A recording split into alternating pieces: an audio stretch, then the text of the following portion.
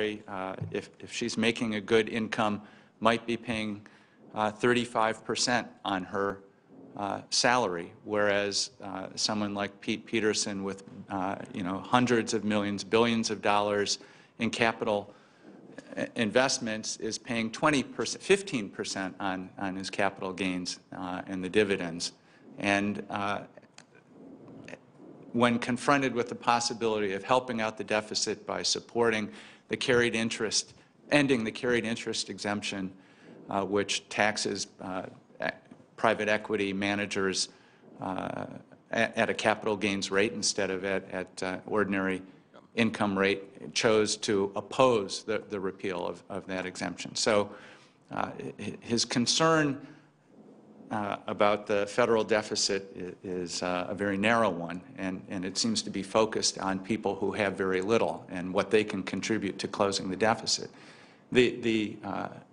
As I think you said earlier, Social Security does not contribute to the deficit. The law prohibits Social Security from borrowing. So if we did nothing and the trust fund actually were depleted, as predicted in 2037 or 2039, it would even then not contribute to the deficit. The benefits would be automatically. Let me ask you this. Why are our good friends on Wall Street so interested in seeing Social Security privatized or dismantled? Well, they've always opposed Social Security since its inception, and part of it is that if there weren't Social Security, people would have to save through 401k-like instruments which give them a fee. It's a business choice for them, and they'd like to see their business expanded. Thank you very much. Ms. Miller, thank you very much for being here today, and I want you to know, as Senator Harken indicated, you are speaking, your experience is the experience of many, many millions of people who, sadly enough, don't have their experiences really reflected here on Capitol Hill. There are those, as I think you have heard, who suggest that you should be perhaps working to the age of 70. And many of those guys sit behind a desk and make whole lots of money. They think it's a great idea that you work until the age of 70, and that people who are involved in construction, people who are on their feet every day, people who are doing physically demanding work as you are, should work to the age of 70. What do you think? Well, I would work until I'm 70 because I'm going to have to. If my body doesn't give out, you know, I'll be fine. But that's a hope. I'm lifting a 100-pound person, you know, in and out of bathtubs. It's very hard work. They can work till they're 70 because they're sitting behind a desk, as you've said. They're not out physically being labored. And if I was sitting behind a desk, I would have no problem to work till I'm 80, as my mother-in-law is 80, and she has a great You can run for the United States Senate. You'll be one of the younger members. You see. Well, that would be great. You know, my grandson would have somebody to be really proud of, wouldn't he? But like my mother-in-law is 80, and I was saying in the elevator up here, I wish I can be, when I turn 80, I want to be as sound mind and body as she is. You know, she's very lucky. But if I continue working like this, I'll never make it to 70 in an employment. Well, let me ask you this also. Let's just assume one is 68 years old doing your type of work. I mean, the truth of the matter is many employers would prefer somebody who's 25 years of age who will work for a lower wage, right? Mm-hmm. Maybe have more strength. What happens if you're 68 and somebody says, well, I'm sorry, I can't hire you anymore? You think it'll be a whole lot of good job opportunities for 68-year-old people out there? No, there's not even good opportunities out for a 43-year-old like myself. Right. I mean, when I came back into the job market after 10 years on a job in the construction field, I was a bookkeeper. I was making good money. I thought I was high on the hog, actually, then. I was making over double what I'm making now. But I went to find a job, and I was semi-skilled. I can do bookkeeping and all that. I couldn't find a job. That's what they wanted. They wanted young kids, and I was in my 40s already. And they want young people often in physical demanding jobs. Younger people are stronger. They are. Also, in other types of work, younger people are going to work for lower wages than older workers are. So I'm not sure, Mr. Chairman, what world people are living in when they think, hey, you're 68, 69, you can go out and get a job. You don't need Social Security. It's really quite incomprehensible to me. Thank you very much, Ms. Miller. Thank you. And the whole panel. Well, Senator Sanders, just to follow up on that, I was reading Mr. Eisenberg's testimony, and on page 6, he said that yet the Peterson Foundation and a host of other mostly well-off experts have managed to convince much of the media and many Washington policymakers that the way to save Social Security benefits is to cut them. Despite what we have heard from your former colleague, Alan Simpson, the average Social Security recipient isn't living in a gated community. Now, there you go. I think that sort of puts your finger on it. I mean, I like Alan Simpson. He's a fine man. But I know a lot of retired senators who have left here, either been defeated or voluntarily retired. And that's who they associate with, people kind of who live in gated communities. They're upper income people. They're not living in gated communities, but they're upper income. They're not associating with Miss Miller. And the families that make $40,000 and $50,000 and $60,000 a year, they're associated with people like us, making $200,000 and more dollars per year. That's who they associate with. So you automatically think, well, gee, I know all these elderly people, and they got the condo in Miami, and then they got someplace else up north for the summer, and they got a gated community. That's who Alan Simpson's thinking about. But that's not the bulk of Americans who are out there. That's just the very thin veneer at the top.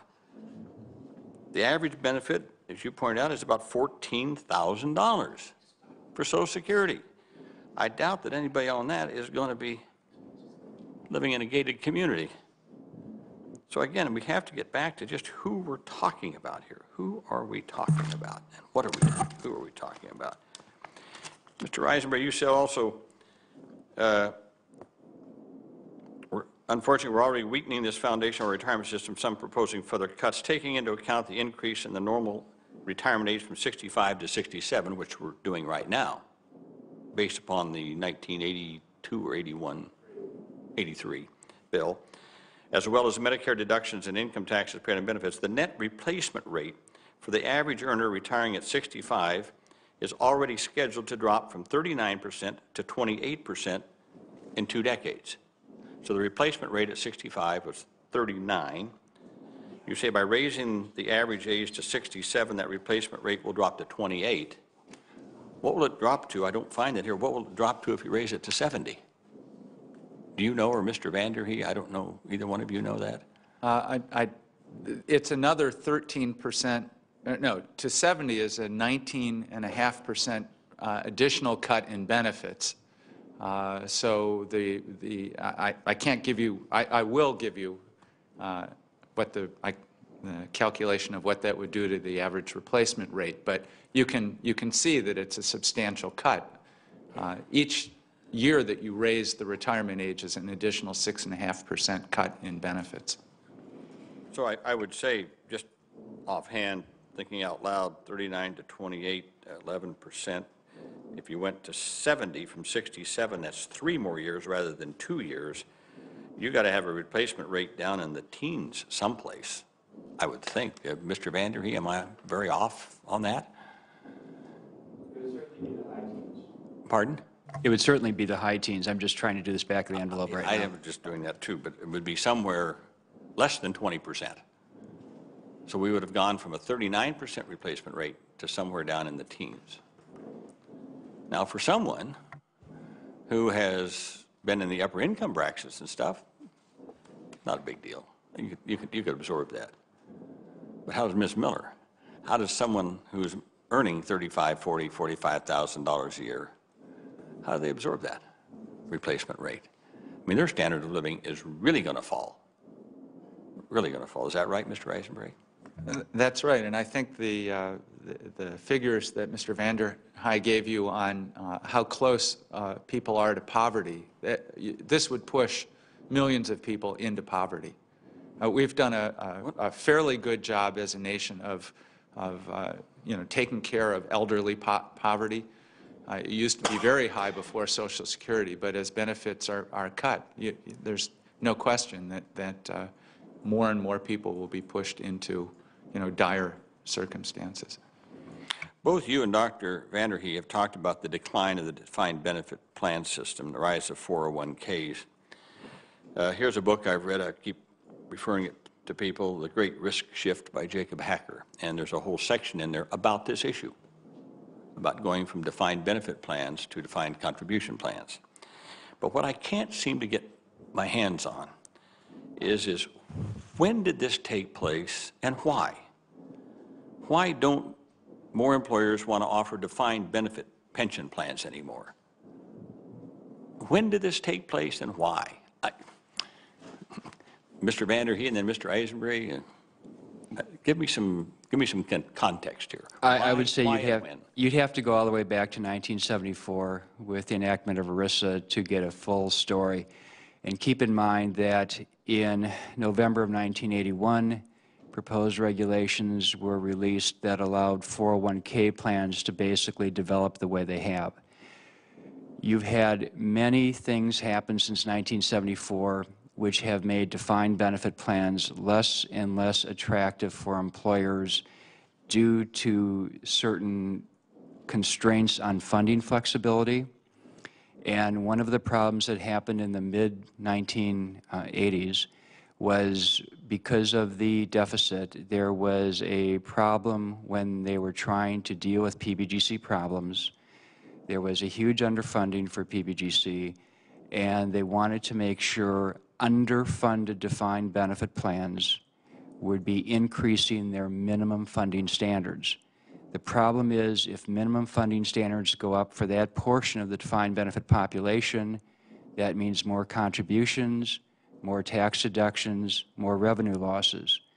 So a decision was made, I believe 86 or 87, that to counter the revenue loss for increasing minimum funding standards for underfunded plans, there would be a temporary holiday on deductible contributions for overfunded plans, roughly defined as any plan that had more than 50% more assets than they needed to cover their liabilities.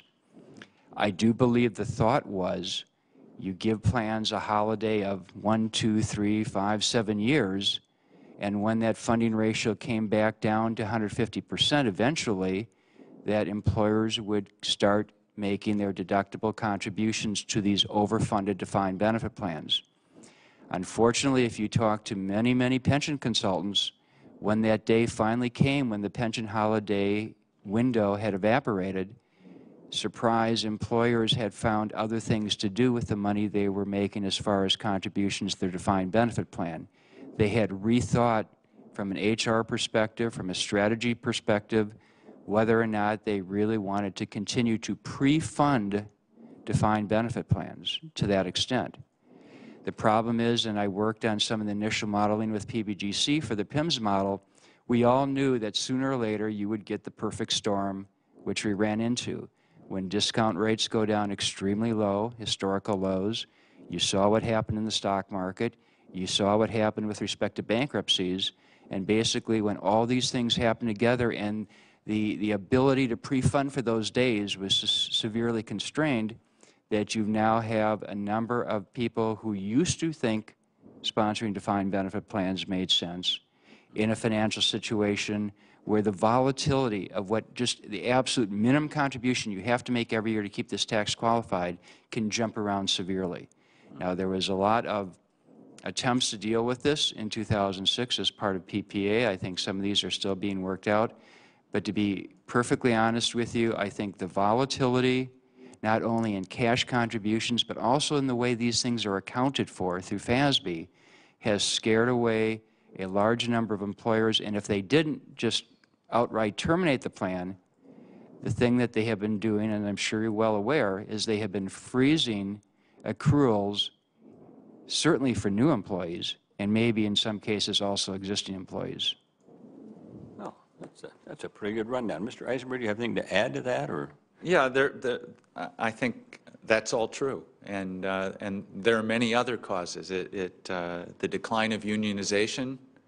Unions, as you know, are much more likely to have a unionized workforce is more likely to have a defined benefit pension plan. There was a huge wave of terminations in the 80s during the merger and acquisition craze when employers leveraged buyout corporate raiders could seize another company's pension plan, could take it over in a hostile takeover and then raid the plan. That went on and for a long time before Congress